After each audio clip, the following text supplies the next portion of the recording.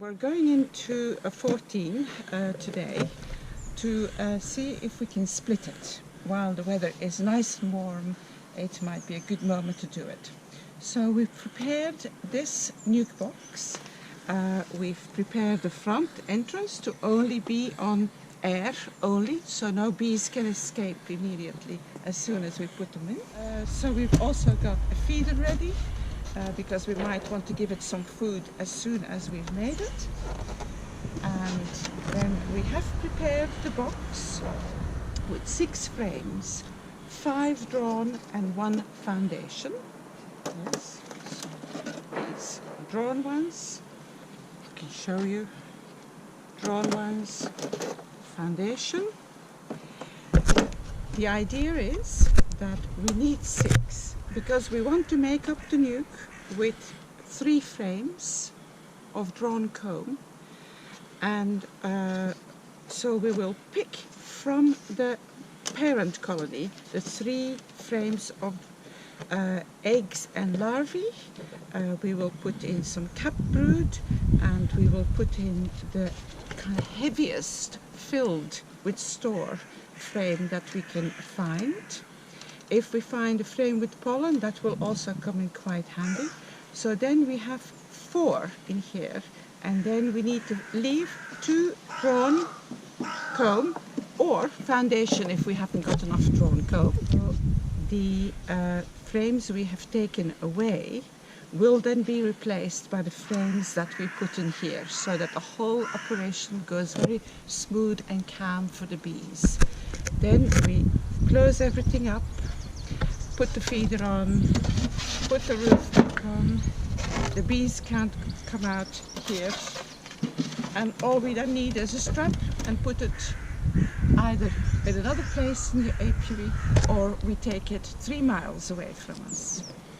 3 miles is the best, because sometimes if you have a very busy apiary, nukes are targets for bees that rob, especially if we feed them with sugar syrup.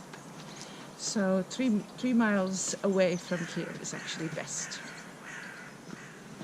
We've got hive 14 here. I'm going to investigate right in it.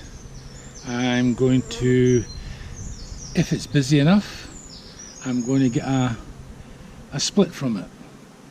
But I'm going to assess the whole situation as I go through the hive. You can see it's a brood and a half. It was fairly busy. We've got a super up here. Don't know how full it is. Really, we're just going to go through, assess it, and make that decision once we're in the brood box. What's the position? I've got the polynuke ready, the Maysmore polynuke ready. It's got 5 frames of drawn and undrawn comb in it, so we can swap about. I'm thinking what we'll do is we will fill up the nuke. We'll leave this in situ, and I'll do what I explained in my YouTube video, that I'll take the full nuke. I'll not leave it in the sun here. That may distress some of the heat. I'll actually wrap them up accordingly and take them into the cottage in a cool place and identify them as a developing nuke, and bring them and place them accordingly in 3 days' time somewhere in the apiary. Let's go. Also, I have my feather, my trusty swan feather, and my crown of thorns. I want to isolate the queen. I couldn't find the other queen grabber, but that crown of thorns will do very well indeed.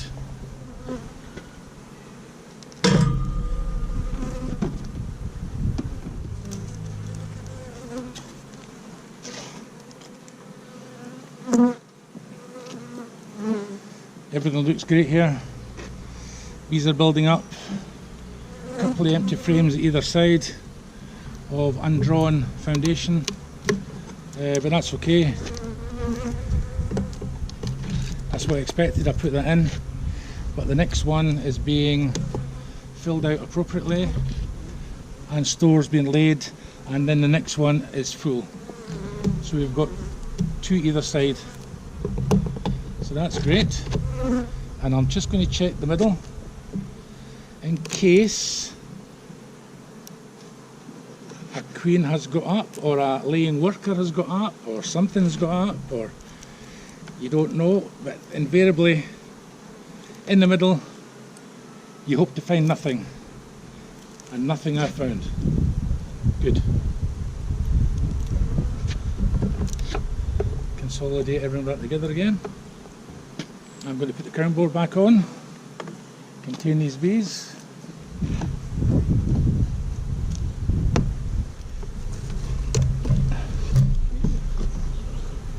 That was a super which was 2/3 full. I see nothing untoward here. Give a little puff.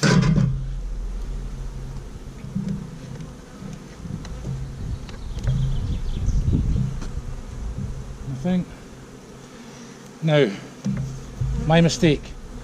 This is a beekeeper error, because the error is, as Myriam pointed out, the spacing between the frames. Everything's perfect here and perfect here, but there's a gap of just that much, and the bees haven't liked it, and they've started to build comb down the way. An elementary error that I suppose no beekeeper should do, but this one done. And I've got lots of eggs up here, lots of eggs, lots of new laid eggs, 2 days old. I think what I'm going to try and do is I'm going to smoke the bees down the way. Hopefully the queen will follow. Hopefully she will.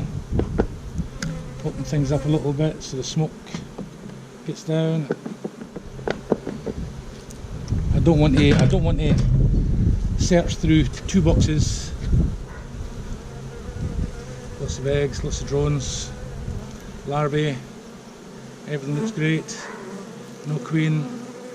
I'm going to assume that she is below. I'm going to use Myriam's eyes to help me search for the queen too, so we can contain her. Yes.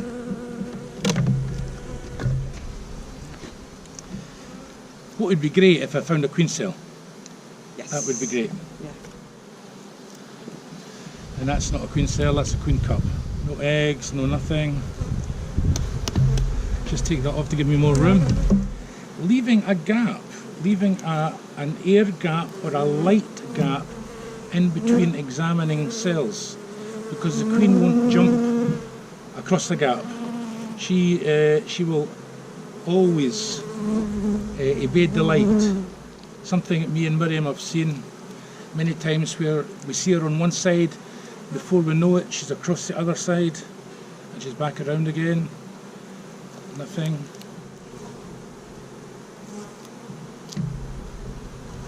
If you notice, there's been the minimum smoke here and the bees are quite calm. Always find it better to actually examine each frame twice or thrice, rather than go to the end of the hive box and have to go back through it. A little time spent here is a big time saved later on. Nothing.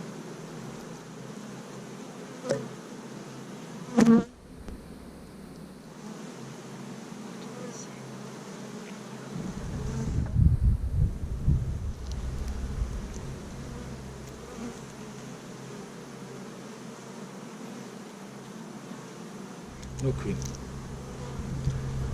And no preparation for swarming.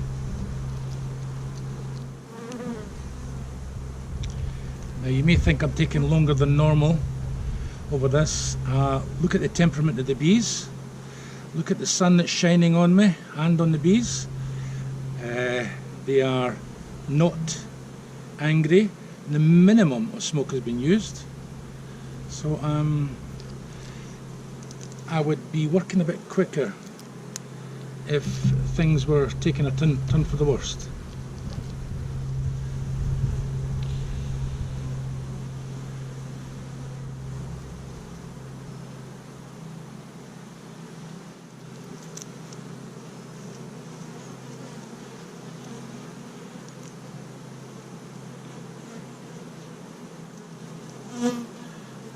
She won't be in the last one. Nothing. It's a busy last one. We could chase her all the way along here. No, I've got Myriam off to the side here, casting an eye on it, looking for the telltale signs of a green queen shooting across. But nothing. Just the other day there we chased a queen round the frame. It went from one side to another side to the back to the front again, just evading the light, which was nice to see. But that's what queens do. Right, I'm going to go back through again, unfortunately, and then make an assumption what's going to happen.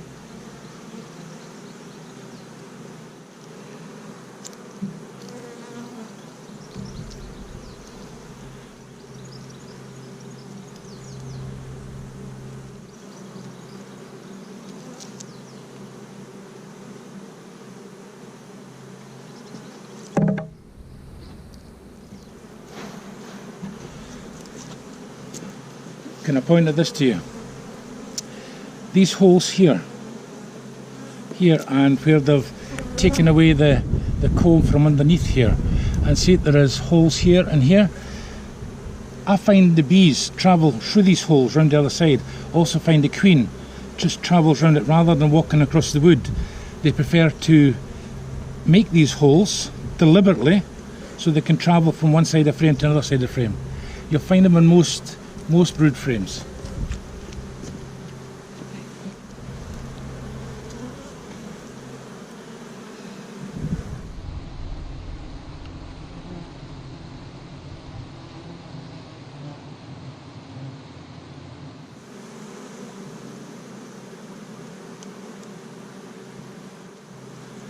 Again, taking my time.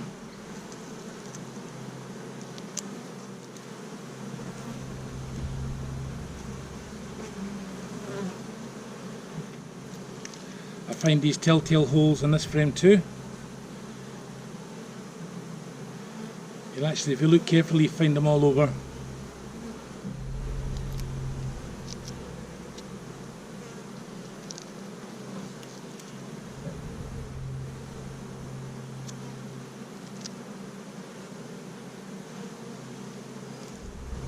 No bloody queen.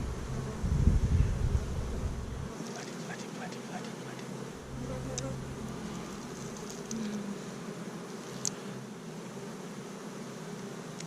Wee trick, just don't focus on every bee. Just look for the unusual. This is why you sometimes pick out drones, because they stand out from everything else. Just look for the not the norm.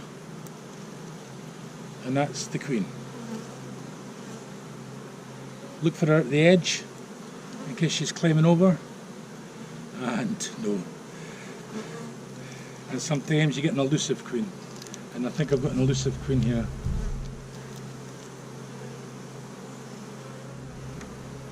I think at times you really, as long as you're seeing eggs at the appropriate age, from 1, 2, 3 days larvae, then you know the queen's present. You only really need to find the queen if you want to do a manipulation, a particular manipulation, like I'm going to do here as a split. But if I don't find her, I'm not splitting, because then it's fraught with a little difficulty.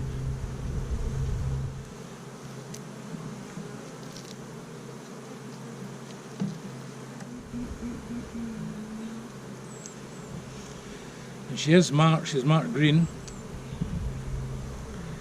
I did it myself.